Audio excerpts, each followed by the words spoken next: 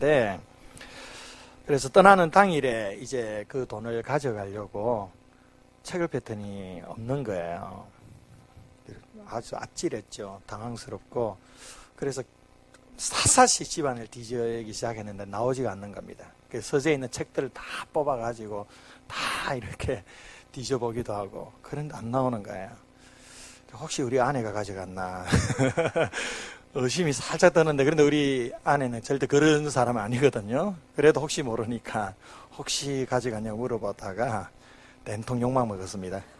정신을 어디다 두고 막 이러면서 찾다 못 찾아가지고 찝찝한 마음에 그냥 미국에 다녀왔죠. 다녀오고 난 다음에 또 포기할 수는 없지 않습니까? 또 막 찾았는데 안 나오는 겁니다.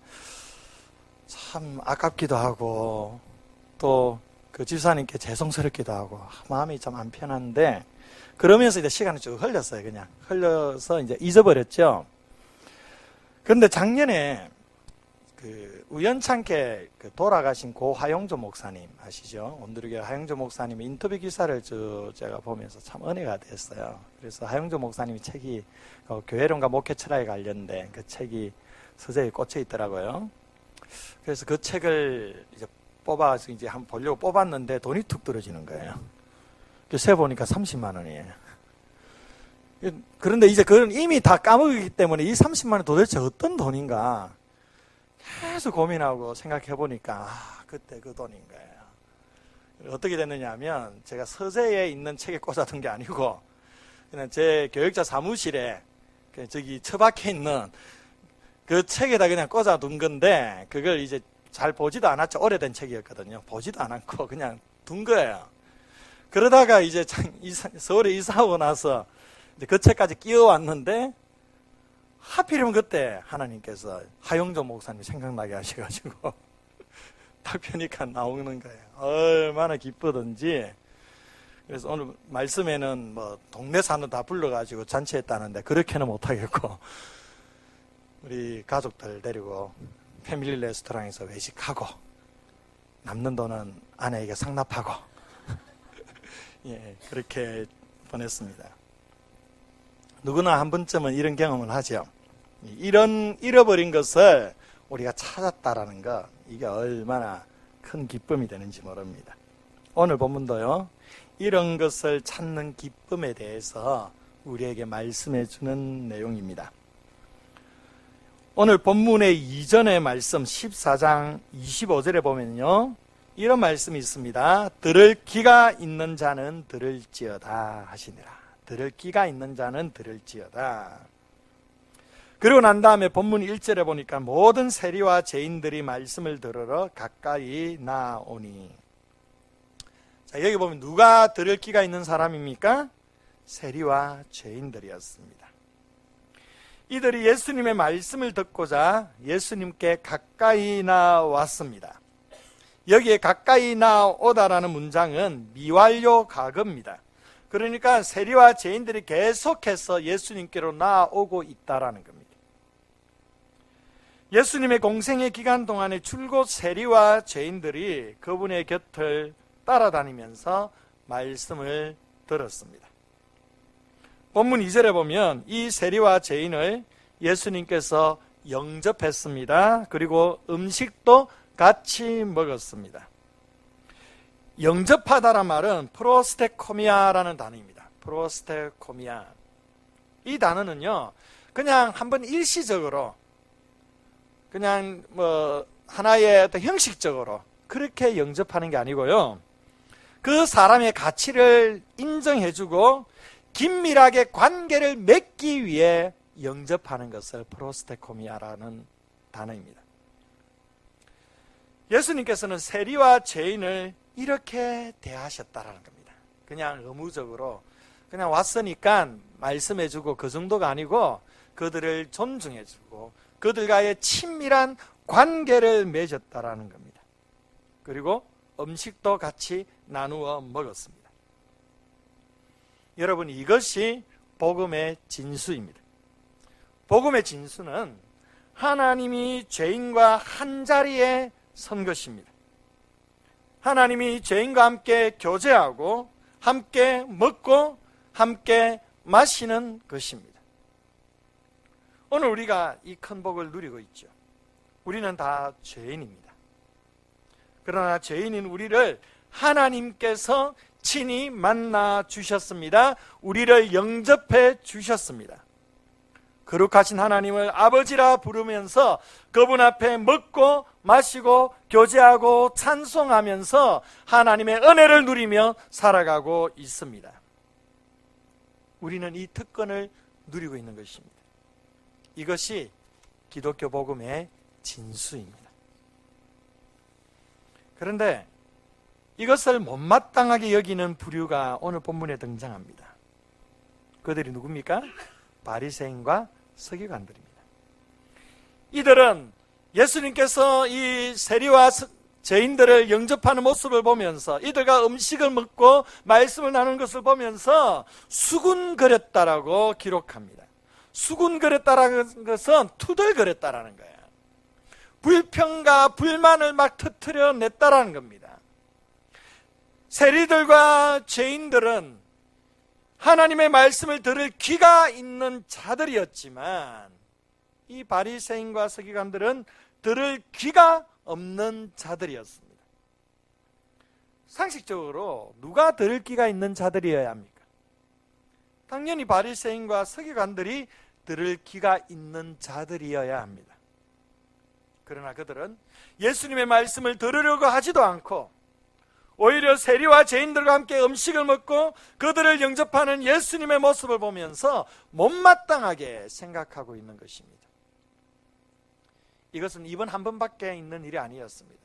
예수님이 죄인들을 만날 때마다, 세리들을 만날 때마다 바리새인과 서기관들은 따라다니면서 불평 불만을 늘어놓았습니다.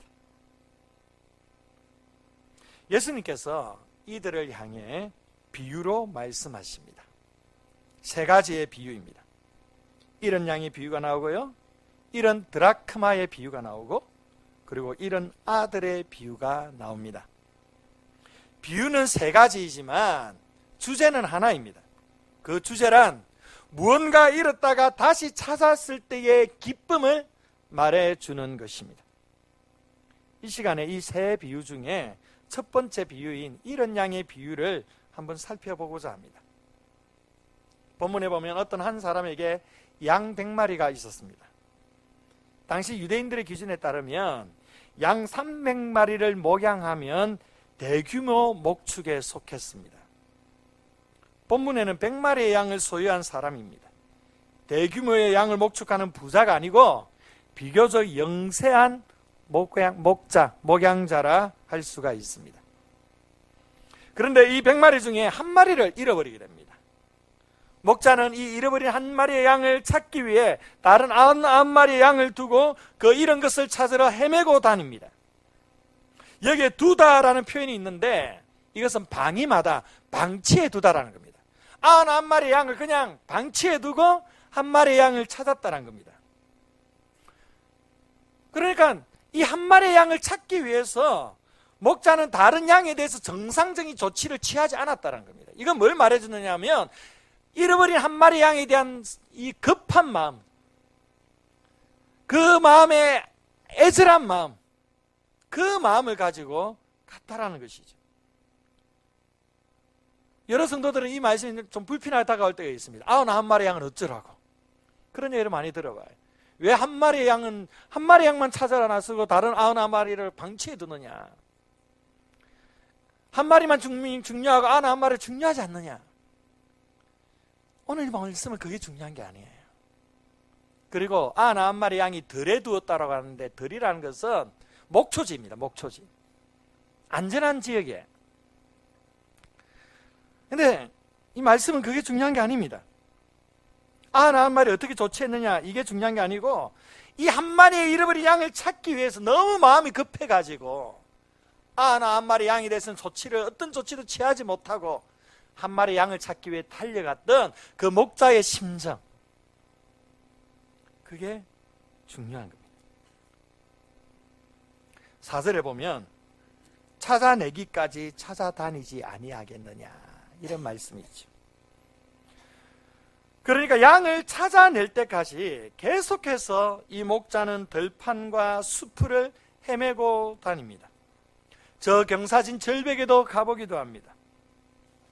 혹여나 위험한 동물이 출현할 수 있는 그런 무서운 자리에도 가보기도 합니다. 당시의 양은요, 목자의 음성을 정확하게 알고 있었습니다. 그리고 이 목자는 양에게 이름을 붙여주었습니다. 목자는요, 곳곳을 샅샅이 뒤지면서 양의 이름을 크게 불렀을 거예요. 성현아 이러면서 크게 불렀을 거예요. 혹시나 맹수에 물려가지는 않았나 아주 걱정하면서 그렇게 양을 찾아 헤매어 다니고 있습니다. 이렇게 목자가 이리저리 찾아 헤매다가 드디어 양을 찾았습니다. 양을 찾는 순간 이 목자에게 이루 말할 수 없는 큰 기쁨과 감격이 몰려왔습니다. 그래서 양을 어깨에 메고 옵니다. 양을 어깨에 메었다는 것은 이 기쁨의 표시입니다. 얼마나 정겨운 장면입니까? 그러면서 이 기쁨을 함께 나누기 위해 주변의 벗과 이웃들을 불러서 잔치를 베풉니다. 자, 그럼 여기에 나오는 목자는 누구입니까? 이렇게 안타까운 심정으로 이런 양을 찾으시는 목자는 누구입니까? 그 양을 찾아서 너무도 기뻐하며 큰 잔치를 베푸시는 그 목자가 도대체 누구냐는 것입니까? 바로 우리가 잘 알다시피 하나님이십니다. 하나님은요, 이렇게 찾으시는 하나님이십니다. 잃어버린 한 영혼을 구원하시기 위하여 직접 찾아 나서시는 분이십니다. 하나님은 이미 예수 믿고 하나님을 아버지라 부르는 사람들보다는 하나님 앞에 나와야 하는데 아직도 세상에서 헤매고 있는 사람들에게 마음이 가 계시는 분이십니다. 여러분, 너무 섭섭하게 생각하지 마세요. 여러분, 이 자리에 앉아있는 여러분보다도 이 교회 밖에서 하나님을 알지 못해 방황하고 죽어가고 있는 잃어버린 그 양들을 향해서 하나님의 마음을 두고 계십니다. 그들을 찾고 있다라는 것입니다. 하나님은 오늘도 길거리를 다니십니다. 구로역 광장들을 다니십니다. 아파트를 거닐고 계십니다.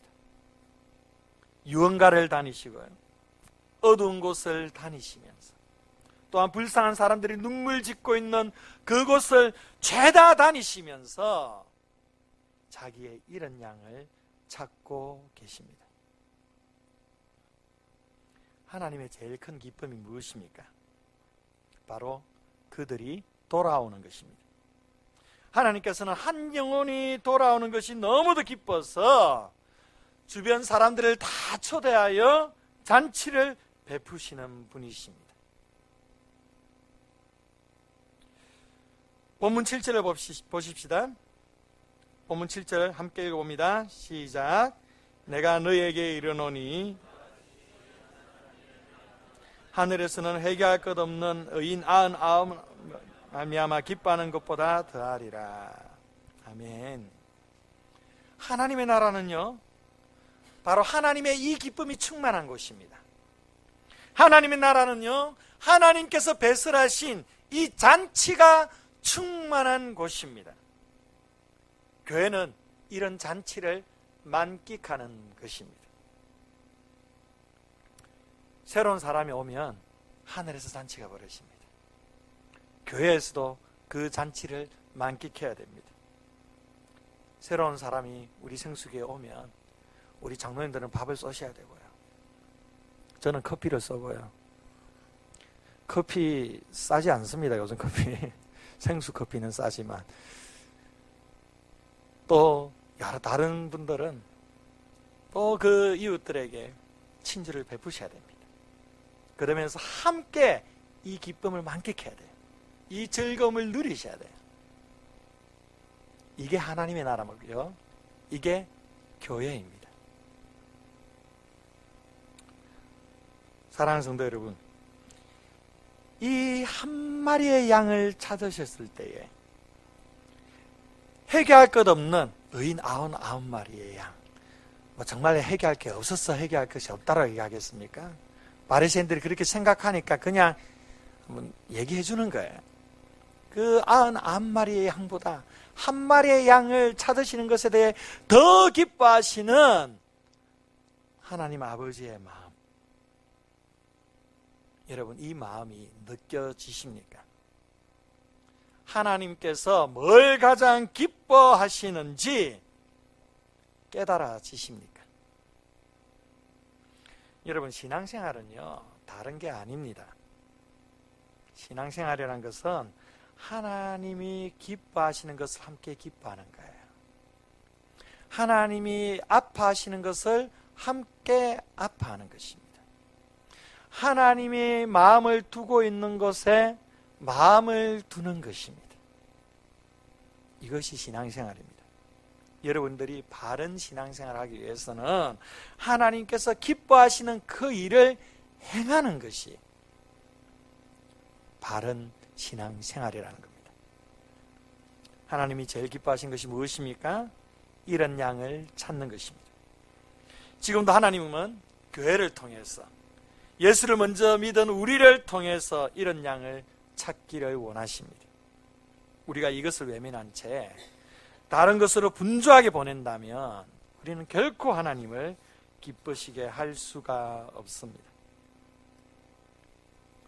지금 예수님께서 이 비유를 누구에게 말씀하고 계시죠? 바리새인과 서기관들에게 말씀하고 있는 겁니다. 당시에 바리새인과 서기관들은 어떤 사람들입니까? 아주 경건한 사람들입니다. 하나님을 아는 지식도 충만했습니다. 하나님의 율법에도 정통해서 사람들에게 그 율법을 해석해 주었던 사람입니다. 율법의 1.1회까지 어기지 않도록 애를 썼던 인물들입니다. 그런데 이들의 문제가 무엇이었습니까? 하나님의 마음을 몰랐던 겁니다. 하나님의 마음이 지금 어디로 향해 있는지, 하나님께서 진정으로 기뻐하시는 것이 무엇인지를 이 바리새인과 서기관들은 알지를 못했습니다. 그래서 본문은 어떻게 합니까? 세리와 죄인들에게 말씀을 전하며 그들을 영접해서 음식을 먹는 예수님에게 불평불만을 늘어놓는 거예요. 어떻게 이런 죄인들과 관계할 수 있느냐고 예수님을 정죄하고 있는 것입니다. 그것은 율법에 맞지 않다라고 비판하고 있는 겁니다. 이런 버러지 같은 세리와 죄인들이 하나님의 말씀을 들으며 자신들과 동일한 대접을 받고 있는 이런 것들이 너무도 보기가 싫은 것입니다. 이들이 신봉하는 유대교원에 이런 말이 있습니다. 하나님을 거역하던 자가 이 세상에서 멸망하면 하나님 앞에서 기쁨이 된다. 이들은 세리와 죄인들이 멸망당하는 것이 하나님의 뜻이라고 생각하는 겁니다. 그것은 당연한 것이라는 겁니다. 하나님의 마음을 몰라도 너무도 모르는 사람들이었습니다. 예수님은 바리새인과 서기관에게 그래서는 안 된다라고 말해주고 있습니다. 이런 잃어버린 죄인이 하나님께로 돌아오면 함께 기뻐해야지 절대 정죄해서는 안 된다는 것을 알려주고 있습니다. 오늘 본문에 세리와 죄인들, 그리고 바리새인과 서기관들, 이 두 부류가 극명하게 대조되고 있습니다. 그런데 여러분, 이들 중에 진정으로 잃어버린 영혼은 누구이겠습니까? 세리와 죄인들입니까? 아닙니다. 바리새인과 서기관들입니다. 물론 본문에서 지칭하는 잃어버린 양은 분명 세리와 죄인들을 가리키는 겁니다. 그러나 이들은 지금 주님 앞으로 나아왔습니다. 주님 앞으로 나아온 순간 그들은 더 이상 잃어버린 양이 아닌 것입니다. 오히려 하나님의 마음도 모르고 이들이 하나님께로 돌이키는 것에 대해 불평과 불만을 늘어놓고 있는 이 바리새인과 서기관들이 바로 잃어버린 영혼이라는 것입니다. 우리도 마찬가지입니다. 우리의 마음에요, 이 하나님의 마음을 담아내지 못하고 하나님의 기쁨을 담아내지 못하고 그래서 죄인이 구원받는 일에 둔감해 있다고 하면 아무리 신앙의 연륜이 깊고 신앙의 지식이 뛰어나고 신앙적인 열심이 많이 있다 할지라도 그 사람은 잃어버린 영혼인 것입니다. 여러분들은 잃어버린 영혼이 아니십니까? 여러분들 정말로 그 한 영혼이 주님 앞으로 돌아오는 그 일에 대해서 기뻐하시고 계십니까? 여러분들 정말로 그 한 영혼을 향한 아버지 하나님의 그 눈물을 이해하시고 계십니까? 그 한 영혼이 돌아올 때에 크게 기뻐하시는 그 하나님의 기쁨을 여러분들이 알고 계십니까? 우리는 이런 것들에 대해서 둔감한 채 그냥 우리끼리 교회 안에서 즐기고 누리고 함께 교제하고 나의 신앙에 나의 만족에 맞추어서 신앙생활하고 살아간다면 우리 또한 여전히 잃어버린 영혼인 것입니다. 이번 이 새생명 축제가 우리 안에 잃어버린 이 마음이 회복되어지는 귀한 축제가 되기를 원합니다. 잃어버린 영혼에 대한 하나님 아버지의 마음, 그 한 영혼이 돌아올 때에 하늘의 천군 천사와 함께 기뻐하시는 그 하나님의 기쁨이 우리 안에 회복될 수 있기를 바랍니다. 그럼 어떻게 이 마음이 회복될 수 있을까요? 그 영혼들에게 다가갈 때 회복될 수가 있습니다. 여러분, 전도는요 부담스러운 거 아닙니다. 전도는요 하기 싫은 거 억지로 끄집어내야 되는 그런 게 아닙니다. 전도는요 아버지 하나님의 마음을 다른 사람들에 전해주는 거예요. 하나님께서 너를 찾고 계셔. 하나님께서 당신을 지금 찾아 헤매고 다니셔. 하나님께서 당신이 돌아오기를 지금도 기다리고 계셔. 하나님이 너를 얼마나 사랑하시는지 아니? 하나님이 얼마나 너를 기뻐하시는지 아니?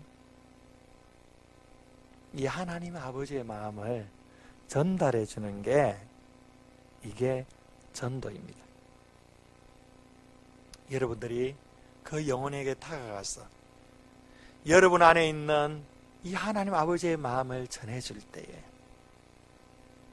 여러분들은 하나님의 마음이 어떤 마음인지를 뼈저리게 느끼게 될 것입니다. 그 하나님의 기뻐하시는 그 기쁨이 얼마나 큰 기쁨인지를 경험하게 될 것입니다. 우리 생수교회 모든 성도들의 가슴 속에 이 하나님의 마음으로 충만할 수 있기를 원합니다. 한번 동영상 하나 볼까요?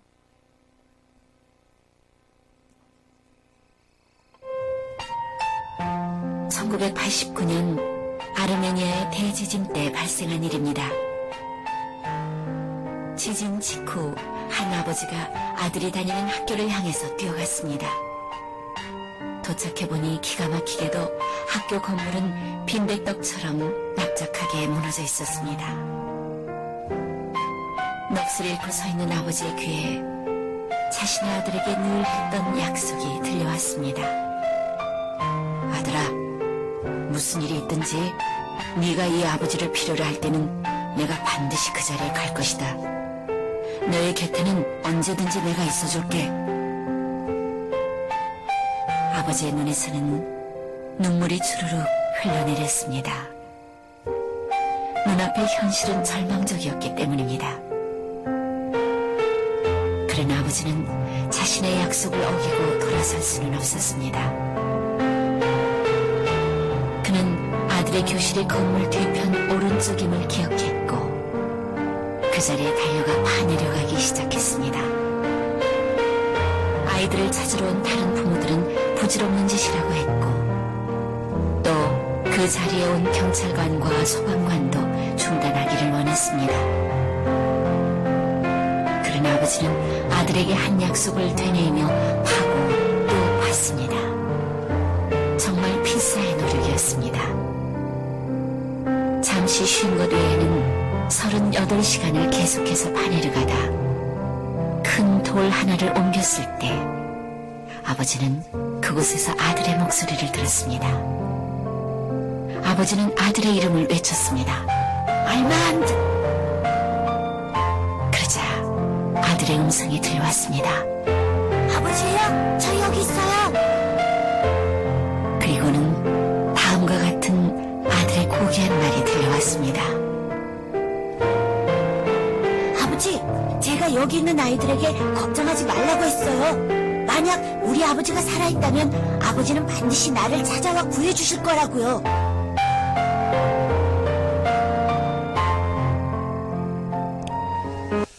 네, 우리 하나님은 이처럼 찾으시는 하나님이십니다. 여러분들을 먼저 찾으셔서 이 자리에 앉히셨습니다. 이제 하나님께서는 여러분들을 통하여 이 세상 가운데 잃어버린 영혼들을 찾기를 원하십니다. 이 하나님의 마음에, 또 한 영혼이 돌아올 때 기뻐하시는 그 하나님의 기쁨에 이번 새생명 주치를 통하여 함께 동참하고 이 은혜를 만끽할 수 있는 귀한 축복이 있기를 주의 이름으로 축원드립니다. 우리 함께 말씀을 생각하며 찬양하고 기도하는 시간 가지겠습니다. 하나님 아버지,